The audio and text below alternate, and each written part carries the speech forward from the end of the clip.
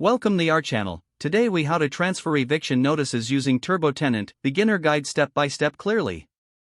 To transfer eviction notices using TurboTenant, start by logging into your TurboTenant account. Once logged in, navigate to the Tenant tab on your dashboard. Select the specific tenant for whom you want to transfer the eviction notice. After selecting the tenant, find the Documents section within their profile. Click on Upload Document to add the eviction notice file. Ensure the file format is supported by TurboTenant, such as PDF or Word documents. After uploading, input the relevant details about the eviction notice. These details can include the date of the notice and any relevant case numbers. Once all details are filled out, click on Save to store the information. Now, go back to the tenant profile and click on the eviction notice you just uploaded. From here, you will see an option to send notice to the tenant. Select the appropriate method of communication, either via email or direct message.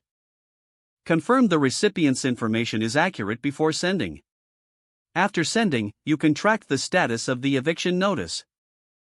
Make sure to check your inbox for any responses from the tenant regarding the notice. If required, follow up with the tenant for any necessary discussions. Finally, ensure you have all documentation stored securely for future reference. If the page does not load, refresh the browser or try again in a private or incognito window.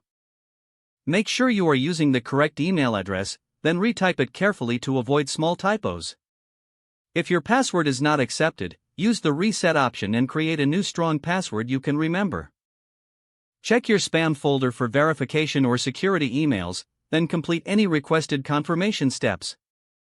Enable two-factor authentication if available to improve account security and reduce unauthorized access risk.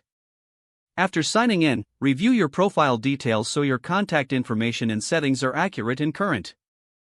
If you see an error message, note it down and try again after restarting your device and internet connection.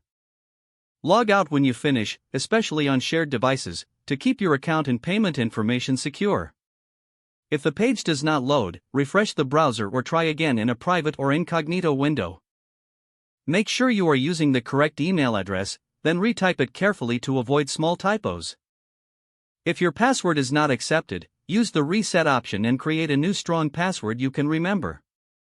Don't forget to like this video and subscribe to our channel for more step-by-step tech guides.